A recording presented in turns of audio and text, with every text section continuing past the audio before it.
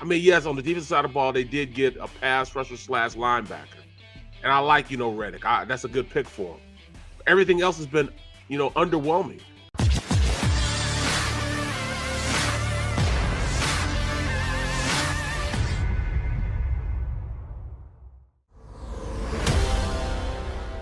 God almighty, man. I'll tell you what, I don't know how entertaining the next 2 hours are going to be, but that was quite entertaining. I got to tell you, man, if you were on the Penta with Columbus and you were the navigator, he may have thrown you over the board. Hold on. You know what? You know what's going to really trip you out? The mic is not working. I'm talking through the regular computer right now. So wait a minute. No. So you didn't fix it, and you've now destroyed the other mic. Yes. Both of them are done. They're done. Finished. Done. Oh my! Hey! You probably dropped a nice penny for that thing too, right? Yeah, this was like $120. Hey! If you can't make it, that's a lot of money for you, right. Isn't it? I'm all pissed off now because I got to take this apart and see what's going on. No, now holy cow, this will be in the shop. Yeah. I'm going to take this apart and see what's going on with it, man. I can't believe it. Oh, my God. Welcome aboard, everybody, here on The Middle. Barrett Brooks, Dan Silio. Barrett, I threw this off of Xander, and I want to get your opinion on something here. Tyreek Hill's deal yesterday. I found out so many things about how he landed in Miami, but first and foremost, I got a question for you, and it's Eagle history. Do you truly believe that Tyreek Hill, and I'm talking more as a deep threat, not a wide receiver, but a deep threat, you think Hill was more productive than the best years of Deshaun Jackson in Philadelphia as a pure deep threat? I'm not talking wide receiver. I think Tyreek could turn those 4-yard hitch runs or catches into like 45-yard touch. I'm talking just as a pure deep threat. You think Tyreek Hill had a better career than what Deshaun Jackson was in his heyday in Philadelphia? I do, because they changed. Defenses changed for Tyreek Hill. They didn't change for D-Jax. They changed how they virtually played the Kansas City Chiefs. Now, D-Jax would get open. He would run out of the 9 routes, get open, and they would still run regular defense. And that's how he was able to get behind them. With Tyreek Hill and the way he runs, they changed it. You saw how they changed and defended the Kansas City Chiefs. They put 2 deep safeties. These guys are almost 20 yards back. You know what I'm saying? And that's how they defended the Kansas City Chiefs. That's why they had to change up. And he became more of a guy to, run slant routes and dig routes going across the field and getting the ball to him early. That way he can just outrun coverage. So when you talk about being more prolific, you got to go with Tyreek Hill because they changed how they defend the entire team, as opposed to just, with D-Jax, giving him that every once in a while ball that he's going to get to him. They could literally throw 3 bombs to Tyreek Hill and he would make it happen. D-Jax would get 1 a game. He'd make a big impact play, 1 a game. Tyreek can make it 3 times in a game. He has more 50-yard touchdown catches Deshaun Jackson than Tyreek Hill does in his career. What'd you say? Say it again? Deshaun Jackson has more 50-plus yard touchdoon play in his career than Tyreek Hill does. Tyreek Hill has a young career still. Oh, agreed. I got it. His resume has not been filled out, but right now Deshaun Jackson has more plus 50-yard plays. And I started thinking about him. I remember that Meadowlands play. I mean, I'm telling you, dude. I mean, this guy, hell, he made one last year, right? Yep. He made one last year, if I'm not mistaken, with the Rams. Yep. And I mean, when this guy gets loose, dude, and he never runs full speed. You never see him running full speed, and he's still running away from people. He can still play now, man. D-Jax is one of the rarest guys I've seen play. He's like Deion. Deion never played as fast as he could play. Yeah, he just played fast enough. And that's what D-Jax did. D-Jax never ran full speed, and he was still picking them up and putting them down and leaving coverage. Tyreek Hill, he's got another gear, though. I mean, another gear. He does. You saw it in that game against the Bills, man. He just turned that thing on. Had to win it, and they knew he was going to do it. Yeah, he's got a second and third gear, but I just because I thought about it last night, Barrett, and I'm like, man, I'll tell you what, Deshaun Jackson in Philadelphia, man, he may have been their biggest deep threat that they have ever had. Maybe in the history of that franchise. No question about that. He is. Man, what a football player. Everybody talks about, they let him go for a song and a dance. That's the second worst move that Chip Kelly did. Yeah. The first was trading Shady. Then it's just because he could not adjust to strong-minded players. And that was but don't you want a roster of those? I want a roster of the strong-minded guys. I don't want weak Willie Baker Mayfield. Exactly. I don't want apologists. I want guys to go out there and give me results. And it's a result-driven league. So the mere fact that Chip Kelly got guys out of his locker room that he felt that he was intimidated by, not that they were intimidating players, but he was intimidated by them.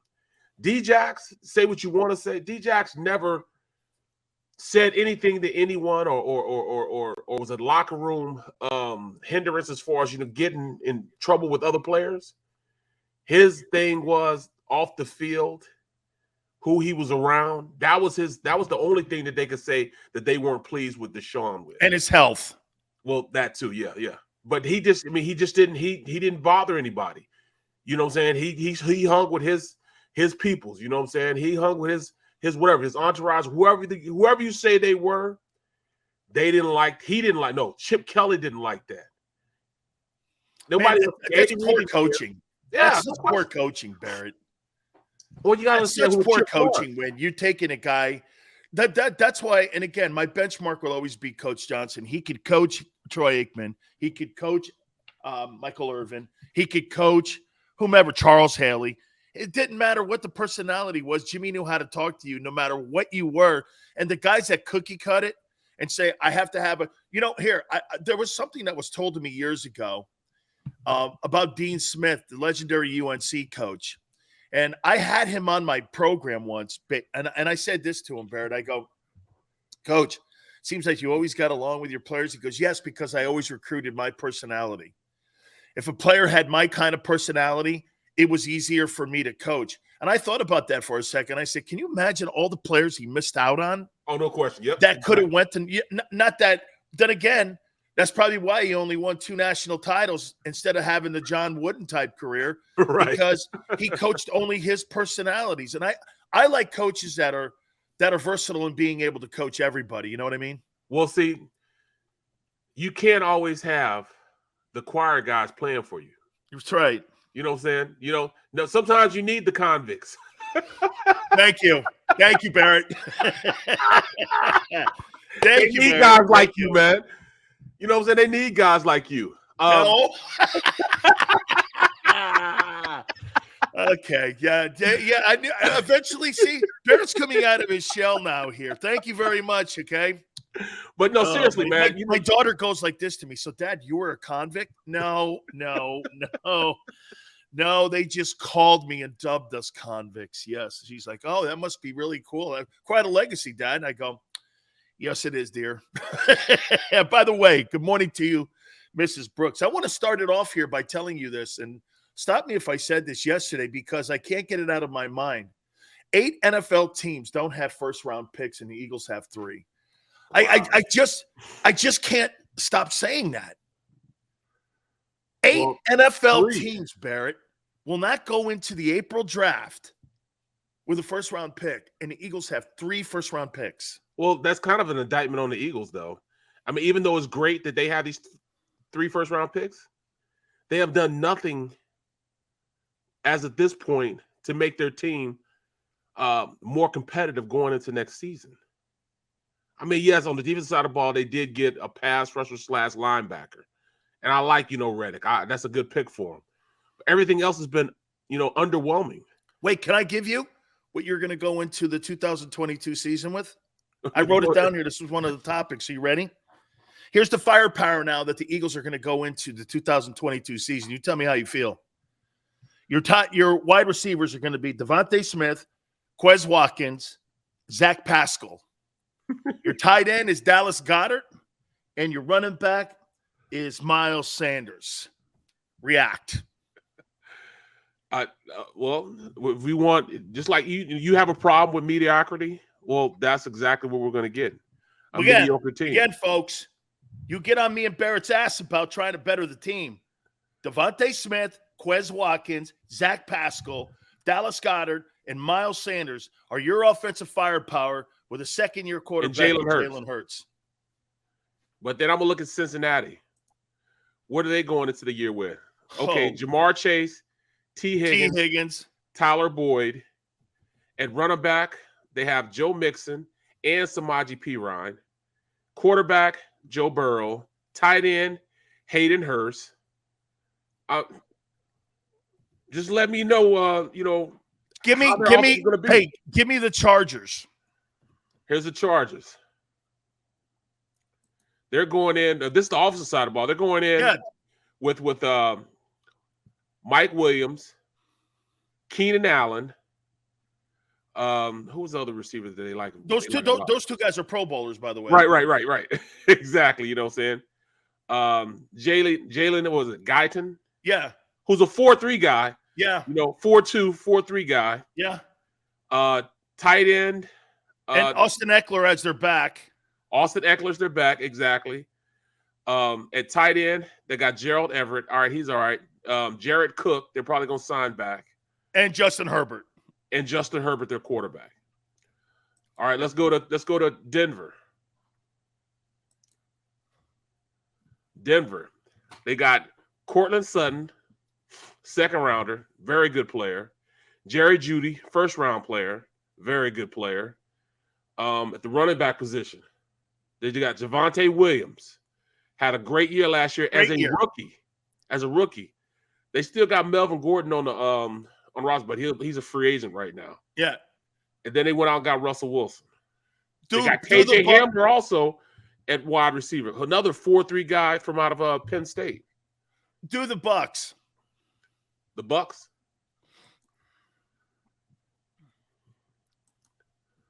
They're going into the season with Mike Evans, Chris Godwin, Russell Gage, a great pickup by them from Atlanta.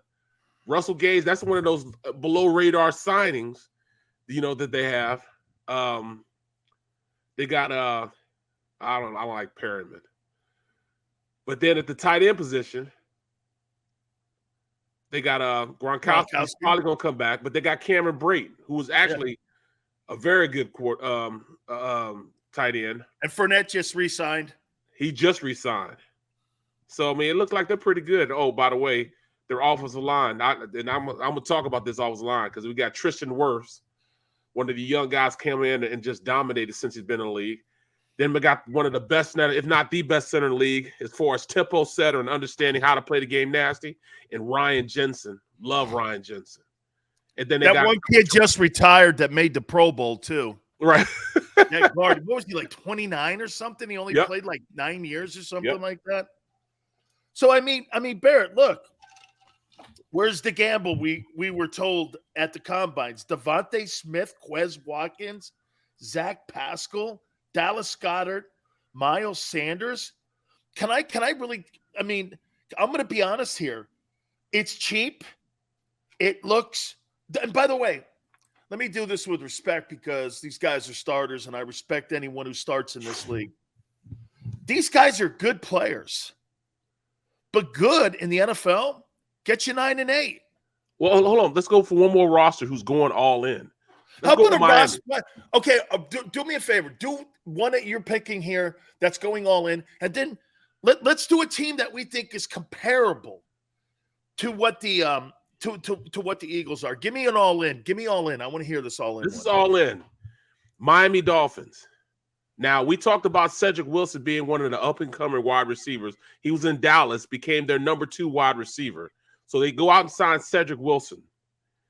Then they turn around. They already drafted last year Jalen Waddle. They have Devontae Parker. I don't know if they're going to sign back Will Fuller or not, but they go out and invest big money in a starting left tackle to the kid from the Saints. Yeah, Teron Armstead to block the front side because he's the front side tackle. Yep. So he didn't want anything flashing in his face in the front side, even though he's a left tackle. But remember something. Tua's left-handed. That's why I said he's the front side tackle. Yeah. Not the back side. He's the front side tackle. And he didn't want anything flashing in his face. That's so you right. go out and get you a big-time tackle on the left side instead of the right side. So they got Teron Armstead. They go out, sign him. They got a pretty good tight end, Mike Gesicki. The running back position, they are all right. You know what I'm saying? They got Raheem Mostert. He balled out when he was in San Fran. And we know the head coach, Mike McDaniel, from San Fran. Edmonds is pretty good, running back. But, they went out and got guys who can come in and play. They're all in. Look at the They added Hill, too. Yeah, that's what I'm saying. And Tyreek Hill. So Jalen Waddle, Tyreek Hill, Cedric Wilson, and Devontae Parker are their 4 starters. Oh, Alan Hearns also. That's their 4 starters. In fact, their backup players could come in and start for us right now. Like, Alan Hearns, he can come in and start for us right now. Will Fuller, he definitely come in and be a number 1 in our house. It just doesn't make sense to me. That's a great point. Can any of the Eagle starters go into the Rams and start? No. Could any of the Eagles go into the wide receivers and the tight ends and the running back go into Green Bay and start? You're not starting over Aaron Jones. Maybe one of those, because they don't really even have a 1 up there. But could any of these guys go up there? Probably Devontae, I'm guessing. Can any of these guys beat out Keenan Allen and Mike Williams in Los Angeles? All right, let's do it like this then. We're talking about a team that's terrible. G Meta says that Devontae Smith could start on any team. I don't believe that. Because I believe you think he's good in the run game? Absolutely not, man. If you've got a balanced football team, you think Devontae Smith is going to throw his bonnet in front of a free safety or safety to try to block you and think that he's going to last 17 games at 185 pounds? You got to have a little perseverance out there too for yourself. These guys just aren't big enough, dude. When you have a balanced attack and you run the ball, you've got to do some down the field dirty work. The Eagles don't have down the field dirty work wide receivers yet. No, that's all they have is down the field dirty work wide receivers. Jay Jaw and all those guys. That's all they do is want to block. I need guys that can catch. I need guys who could do both, Barrett. Well, yeah. Well, I want my cake and eat it too, Big Seals, but it's not going to be like that. But look, hold on. Look at this, Dan. You're right. Dan, I love how you put that analogy of cake in there because I'm starving. Go ahead, man. But Dan, look at this. Now, looking at Houston. Houston was terrible. Terrible. But look at their starters. All right, they got Brandon Cooks. He could start for us. Chris Conley. He could start for us. Philip Dorsett. He could start for us. So we're talking about a team that's horrible, that those guys would definitely start for us right now, at this moment, right now. I'm just underwhelmed by this. You know what, though? Listen, if my quarterback was Tom Brady, these guys are probably going to have phenomenal seasons, okay? Right. My point is that Tom Brady, like this – we didn't know who Amendola and Edelman and them dudes were. We had no idea who some of them guys are. You know what I'm saying? When they first broke onto the scene, these guys were journeymen, drafted late, not drafted. So, but when you have a superstar quarterback and you put that guy under center, these guys are all going to elevate their game. We're still working with a quarterback that has to elevate his game still. I threw this out there, Barrett, and like we kind of talked about it yesterday. You know what's funny? I went over everyone. And I asked this question, and I went like this. I said, what are the expectations for our guy, Jalen Hurts next year? And get this. So he went for 31-15. I'm going to do this live on the air. Watch this. 31-15 divided by, he missed 2 games, right? Yep. Okay, so we go 15. Okay, that's 200 yards a game passing. That ain't cutting it, friends. You are not going to win playoff games with a quarterback that throws the ball. You're muted, dude. That throws the ball for 200 yards. You don't. I'm muted. Now you are. There you go. But look, I don't know.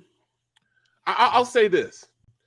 In looking at Jalen and the way that offense is going to be constructed, they're not going to be as bad as they look on paper. You know what I'm saying? So I know the street is going to say we're hating on them right now. I'm going to say this. I'm not saying that this team is going to be bad. They're going to be right around mid. I'm not either. But I'm not. No. I'm not saying they're going to be bad. Right. You said yesterday, Barrett, that you're expecting an improvement. Jalen to get better. Yes. You're expecting improvement, and so you know what? So we don't get accused, or mostly me. I don't get accused of being a hater on Jalen. What would be a fair number? What would 3,100 passing yards? What do you think will be a fair increase? 4,000? Well, I'm gonna go this. I'll go 3,700. Okay. And I'm also gonna put this in the equation. At like 850, 900 yards rushing also. I'm gonna ask you about that in a minute. Okay. Watch this. Let's say 16 games he plays. Okay. We'll do it by 16. You're saying 3,700 yards divided by 16. You're saying 231 yards passing will be good enough to win the division. Yes. Okay. Yes. I believe that's good enough to win the division because when you run the ball, it adds a different element. When I say element, though, I'm talking about time of possession, and I'm also talking about reps that the opposing offense has on the field also. You're correct. That's a different dynamic. The running game keeps the clock in your favor. Exactly. Okay. Time of possession will be their friend. But you understand that 230 yards a game is below league minimum. Damn, it is, huh? What's league minimum, like what, 265? Watch this here. Say it's 4,000 yards passing. Divided by, I'm not even giving them full 17 games. You may have to sit. You get banged up a little bit. So I'm saying 16. Okay? That's 250 yards a game. That's little bit still under league. What is it, like 265? It's like 275. 275? Okay. Watch this here. Let's just do league average. 275 times 16 is 4,400 yards. Okay. He ain't increasing that much. He ain't going to be a 4,500-yard passer this year. Absolutely. With Quez Watkins, he was a 200-yard passer. You had maybe 3 or 4 more catches, man. I mean, I could see it, man. With this group? With this group. No, honestly, this is who – wait a minute now. This is who they are. Right. I mean – I don't want to make up stuff, because I could bring other things into the equation, especially the tight end position, because they love them some Tyree Jackson. We're talking about a 6'5", 6'6" tight end, converted quarterback who showed me in camp that he could be okay, but didn't have a catch during the season. So I don't understand that quite as much as looking at the other backup, Jake Stoll, Nebraska tight end, who's more so a blocker. He's a main line guy. He's gonna go out and do the dirty work, and he may give you a catch here and there. But Dallas Goedert will definitely be that guy. So. Hey, do me a favor, Xander. Tell me where, or maybe Barrett, you can look. Where did Jalen finish in passing yards? And to your point now on running, Barrett, I'm looking at that running stat, and I'm wondering how important it is to a football team winning a championship, because I can't think of one guy who had a ton of yardage, and it was part of the game, that carried a team to the Super Bowl that had 900 yards rushing. I can't think of one. He was 21st in passing. Okay, and you think he's going to improve 1,300 yards with this group here on what Howie has constructed? I think that's going to be a challenge. Now, do I think with you he gets better? Absolutely. A year in a system, a year reading, a year practicing, a year watching film. Barrett, your first year to your third year were probably your biggest leaps, right? When it came to Yep. the knowledge of the game, right? Especially the NFL game. Absolutely. So his will also increase too. He's a smart kid. He understands what he has to do. He understands the deficiencies. Okay, but when you're a one, like Brian Baldinger said here on this network, when you're a one-read guy, passing for 4,500 yards is going to be quite a task for a guy that doesn't seemingly understand progressions and hasn't since Alabama. Well, you got to look at this also, man.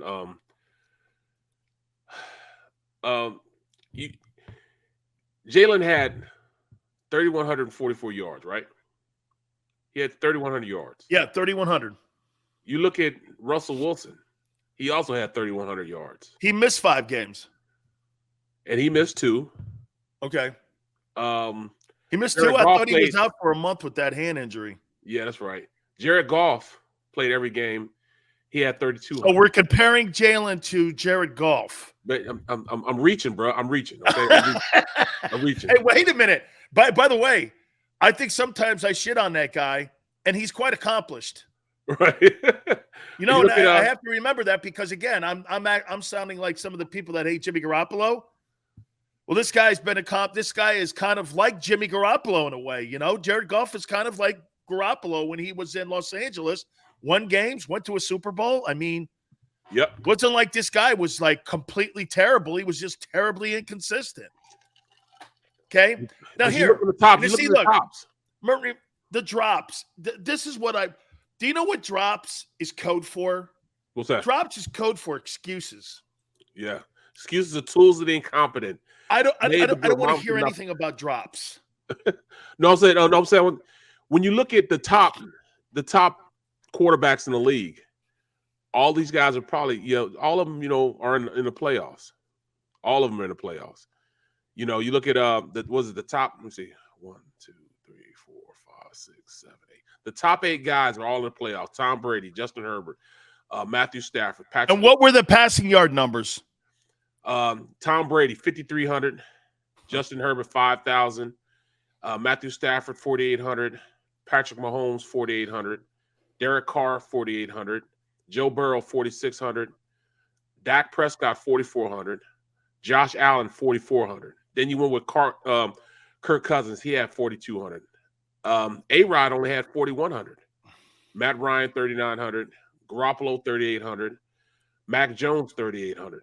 Kyler Murray, 3,700. Ben Roethlisberger, 3,700. Okay, so what's fair then for Jalen? You're saying 37? I'm saying around 37. That's where Kyler Murray is. Ben Roethlisberger, Ryan Tannehill, Trevor Lawrence was 3,600. Carson Wentz was 3,500. Right around that area. And I believe he can improve. He can improve and get up to right around that area. Simply because, number one, it's another year in the offense. He'll be more adept of knowing what his quarterback coach Brian Johnson wants, what his offensive coordinator wants. He's gonna be more apt to understand the scheme, and because he's more apt to be better in the scheme, it gives him a chance to open up the offense a little more. The offense was stagnant because they ran the ball so much because they were just learning who they were. Now that they know who they are, not only is another year for Jalen Hurts under this offense, but it's another year for that coaching staff to know their players also. Yeah, but see, Barrett, those guys have talent around them too. Yeah. What the Eagles have here are very young players still trying to find their place in the game. Look, my opinion of Devontae Smith is, I think this kid, you know what? I look at Devontae Smith and I see him, and and I'm going to take the Alabama tag off him in the Heisman stuff. There's about 10 Devontae Smiths in the league. And I mean, do I think he can elevate? You're not going to elevate with 30. How are you going to elevate with a quarterback that only is going to have a 3,700-yard season? So that's Devontae Smith then. That's fair to say. Okay, so Devontae Smith with 3,700 passing yards from the quarterback, he improves from 68 catches to what? 85, maybe? And then 1,100 yards? 1,100 yards is 60 yards a game almost. Yeah. Is that really explosive numbers? 1,000 yards in today's NFL is 60 yards a game in offense. Is that explosive? Is that game-changing? When you have a guy that you drafted as high as you did, and again, I'm not hating on anybody. I'm asking where the Eagles are going, Barrett, to improve this team this year, because you said yesterday that you expect improvement. Okay, so Devontae, if you're saying that we're only going to add 600 more yards to the passing attack of the quarterback, what you got to spread that around the Quez and Pascal. Dallas Goedert's going to get catches because it seems he's turning out to be more of his favorite target. He'll have 1,000 yards next year. He'll have 1,000. Okay. He'll have 1,000, and I really think that Smith will probably get close to 1,000 this year. He had 800 this year. 9. He had 9 like 45 or something like that. He was close. And to be honest with you, he only really targeted him towards the end of the season. Also, you know, he had some plays, man, that just he started finding him more. Right. So, you know, just like in the last Dallas game, he wanted him to get that record, so he targeted him. But that might click something in his head, like, all right, if I just start targeting him, this guy, he can go out there and help me in my passing game. He went out there and made things happen. See, it's all about learning. You know, he's you know, they have a learning curve they still got to go through. And you know, I'm always the guy. My glasses always half full. Always half full. And I can definitely see Hurts making that change, making that leap, man. I'm telling you. Watch what I tell you. Okay. How about that? And I believe you. I do. I'm just trying to see where they're getting this offense from with these names: Devontae Smith, Quez Watkins, Zach Pascal, Dallas Goedert, and Miles Sanders. I'm just looking at that and going, okay, so Devontae, congratulations. You get 1,000 yards. Sorry, but you're not going to get a pat on the back for that. You were drafted in the first round. You should be getting that. Right. Quez has overachieved. I'm good with him. He's your speed guy. Pascal's more of your guy that's going to be in the run block part of this. I get that. He's ranked 94th, though, by Pro Football Focus. Get this. Is that what he's Jalen ranked? Reagor was ranked higher. Wow. And Dallas Goedert, again, here's my criticism of Dallas Goedert. Bro, you can't drop one of every 3 passes thrown to you. You got to be better. That's the problem. And do I think all these players get better? Absolutely. Because Jalen's going to get better. But to be a league average quarterback today, you named all those numbers off. You want to be a quarterback that's going to move the sticks and get past Dallas? Hey, know this. You know who the Eagles have to worry about the most? The Cowboys. You got to be better than Dallas. Yeah. You've got to be better than Dallas. And right now, I'm gonna show you something else too. Barrett, I want to take a timeout, and I was told something, and I want to add it to how I thought Dak got better, and how maybe the Eagles have really not helped out Jalen more than they could have here. I got some insight here, a little bit more on this Tyreek Hill deal here. He's Barrett Brooks. I'm Dan Cilio. Keep it here on the middle.